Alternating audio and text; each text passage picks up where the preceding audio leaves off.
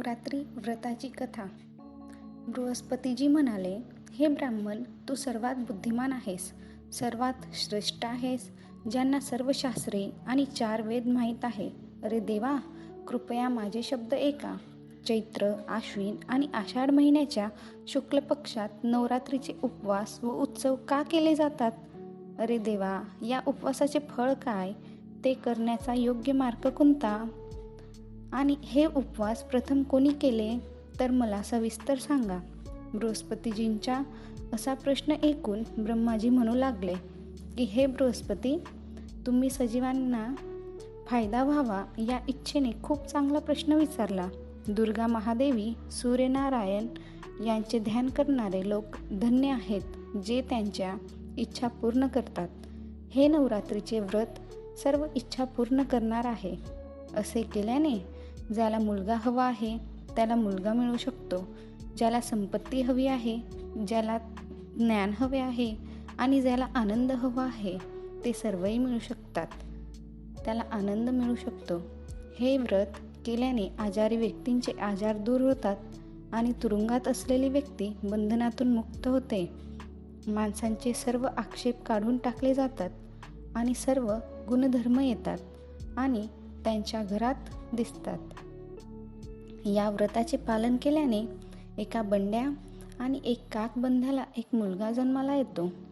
हे काय मनोबल आहे, जे हे व्रत पाळून सिद्ध करता येत नाही, जे सर्व पाप काढून टाकते. जो मनुष्य असभ्य मानवी शरीर प्राप्त करूनही नवरात्रीचे व्रत पाळत नाही, तो त्याच्या आई वडिलांपेक्षा कनिष्ठ होतो. म्हणजेच त्याचे आई वडील मरतात आणि अनेक दुःख सहन करतात.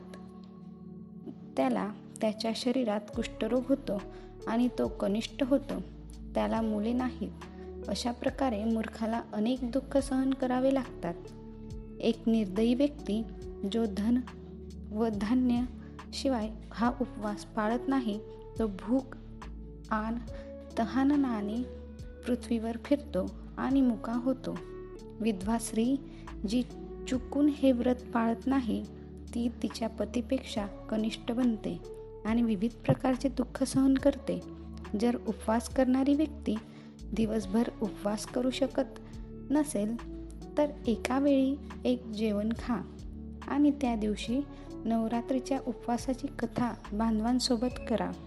हे गुरुवर, ज्याने हा उपवास यापूर्वी पाळला आहे, त्याचा पवित्र इतिहास मी तुम्हाला सांगतो. तुम्ही काळजीपूर्वक ऐका.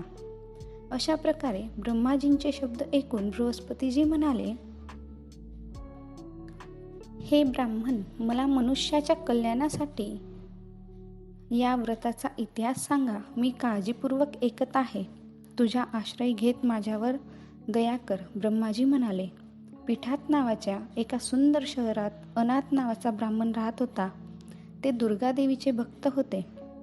सुमती नावाची एक अतिशय सुंदर मुलगी खरी नावाने जन्माला आली आणि तिच्या सर्व गुणांसह ब्रह्माची पहिली निर्मिती झाली. ती मुलगी सुमती तिच्या घरातील लहानपणी आपल्या मित्रांसोबत खेळत होती. अशा प्रकारे वाढू लागली. ती शुक्ल पक्षात चंद्राची कला वाढते आणि त्याचे वडील दररोज दुर्गाची पूजा करायचे. त्यावेळी ती कायद्याने तिथेही हजर राहायची.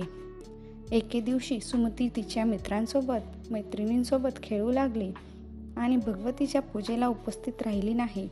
मुलीचा असा निष्काळजीपणा पाहून तिचे वडील संतापले आणि मुलीला म्हणू लागले की हे दुष्ट मुलगी, तुम्ही आज सकाळपासून भगवतीची पूजा केली नाही. यामुळे मी तुझ्याशी कुष्ठरोगी आणि गरीब माणसाशी लग्न करीन.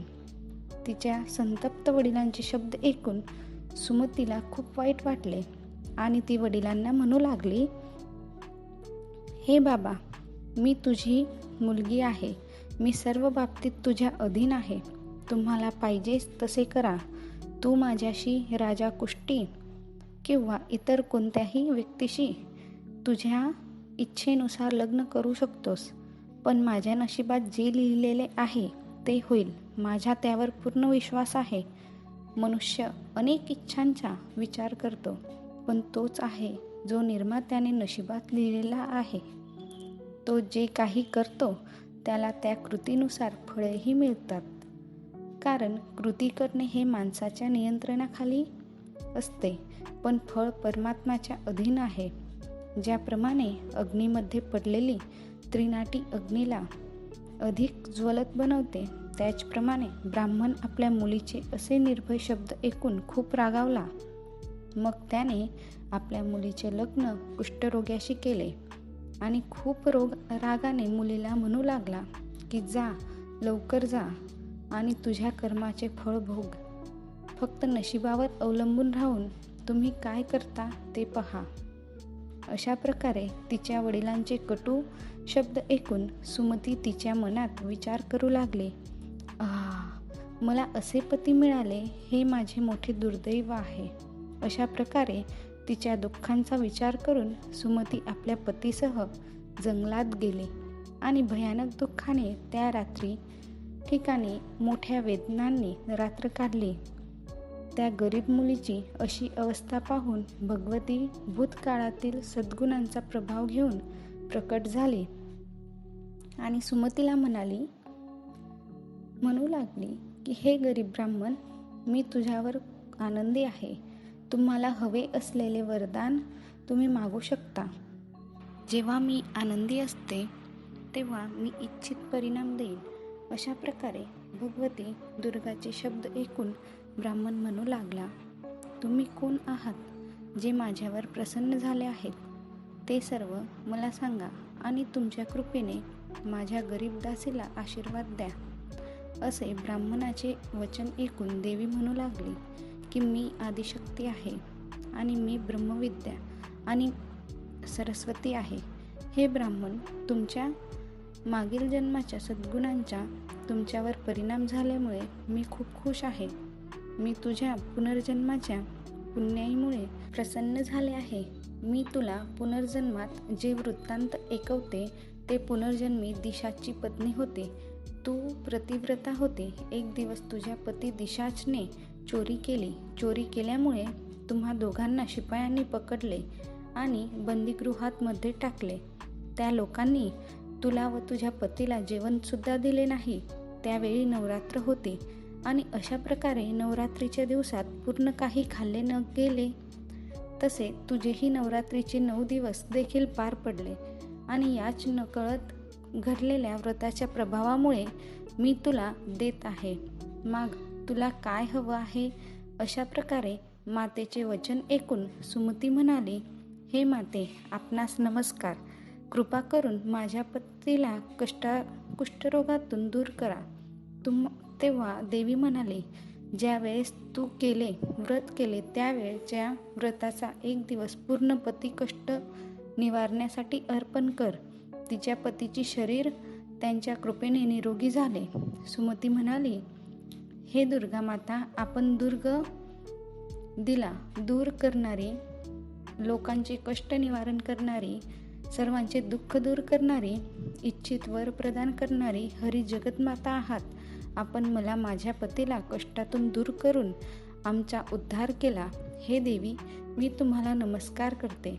हे बृहस्पती, तिची स्तुती ऐकून देवी खूप प्रसन्न झाली आणि माता म्हणाली, हे सुमती, तुला उडायला या नावाचा बुद्धिमान, तेजस्वी, कीर्तिमान व धनवान जितेंद्रिय पुत्र देईल असे वर देऊन ती सोबतीला म्हणाली, तुला जे मागायचे आहे ते माग. ती म्हणाली, तुम्ही माझ्यावर प्रसन्न झालात तर मला नवरात्रीची विधी व फळ कृपा करून सांगावे. मी तुला संपूर्ण पापांचा क्षय करणारी नवरात्रीचे व्रत विधी सांगते. याला एकेल मात्र ने मोक्ष प्राप्ती होते. आश्विन शुक्ल पक्ष प्रतिपदा पासून 9 दिवस विधीपूर्वक व्रत करावे.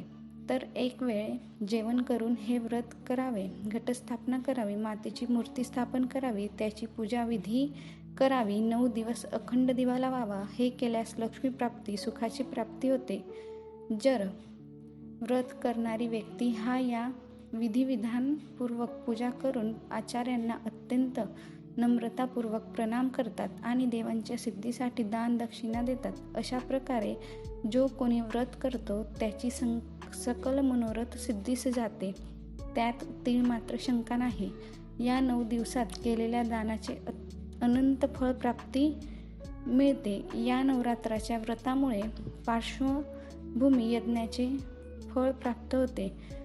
ब्रह्मदेव म्हणाले, हे बृहस्पती, अशा प्रकारे सुमतीला देवीने या व्रताची विधी व फळ सांगून निघून गेली. जो व्यक्ती अथवा स्त्री हे व्रत करतो त्याच्या जीवनात सुखाची प्राप्ती करत असतो. बोलो देवी माता भगवती की जय, माँ दुर्गा की जय. Thank you for watching this video. Like, share and subscribe this channel.